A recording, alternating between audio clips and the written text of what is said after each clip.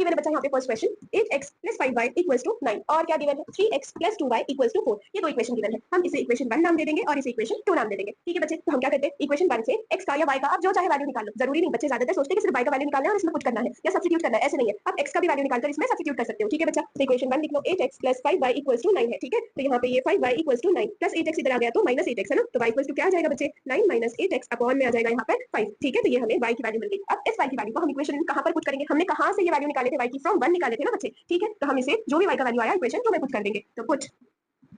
Value of, या फिर सिर्फ ऐसे ही लिख लो पुट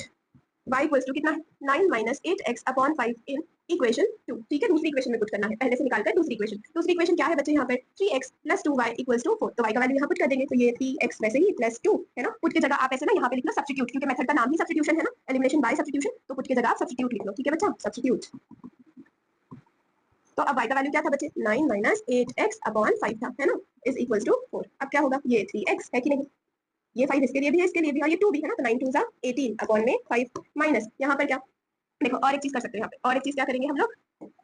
इसके डिनोमिनेटर में 5 मुझे 5 नहीं चाहिए, तो पूरी इक्वेशन को 5 से मल्टीप्लाई कर देंगे, तो जो भी डिनोमिनेटर में रहता है हमें नहीं चाहिए रहता आसानी से सॉल्व करने के लिए, तो हम उससे मल्टीप्लाई कर लेते हैं। ठीक है, तो क्या लिखेंगे बच्चे मल्टीप्लाई इक्वेशन बाय 5, तो ये क्या आ जाएगा बच्चा 5 × 3x + 5 × 2 9 - 8x अपॉन में था 5 है ना, इक्वल टू 4 × 5। तो हमने पूरी इक्वेशन को 5 से मल्टीप्लाई कर लिया, 5 3 = 15x प्लस ये 5 से ये 5 कैंसिल हो गया है ना, तो अब ये 2 9 = 18 माइनस है ना 2 8 = 16 और साथ में x था इज इक्वल टू 4 5 = 20 हो गया। अब ये भी x वाला टर्म है, ये भी वाला, प्लस माइनस माइनस 16 में से 15x गया तो 1x बचा, बड़े नंबर का साइन माइनस, प्लस कितना है यहाँ पर 18 is equal to 20 minus x is equal to 20 plus 18 इधर आया तो बच्चे क्या होगा -18, तो minus x is equal to plus minus minus 20 में से 18 गया तो 2 बचा, बड़े नंबर का साइन प्लस है ना, तो ये माइनस इधर जा सकता है ना, कैसे जाएगा मैम ये माइनस इधर, तो देखो बच्चे यहाँ पे -x इक्वल टू 2 है, यहाँ पे कुछ नहीं मतलब 1 ना, तो -1 मल्टीप्लिकेशन में है x के साथ कुछ नहीं, तो इधर आकर डिवाइड होगा, तो x इज इक्वल टू ये क्या 2 अपॉन -1, तो x इज इक्वल टू क्या हो गया -2, नीचे का माइनस हम ऊपर लिख सकते हैं, नीचे 1 नहीं लिखे तो चलेगा, तो हमें x का वैल्यू मिल गया। अब ये x का वैल्यू आप कहां पुट करो,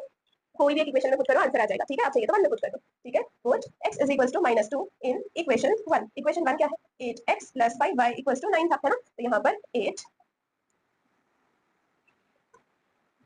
इज इक्वल टू क्या था 9, 8 x का वैल्यू कितना है बच्चे -2 plus 5y is equal to 9, 8 2 = 16 और ये माइनस वैसे ही plus 5y is equal to 9 है ना, -16 उस साइड गया तो +16, तो 5y इज इक्वल टू 9 + 16, तो ये 5y इक्वल टू 9 + 16 कितना होता है बच्चे 25, y इक्वल टू 25, 5 मल्टीप्लिकेशन में है, इधर आकर डिवाइड 5 1 = 5 5 = 25 है ना,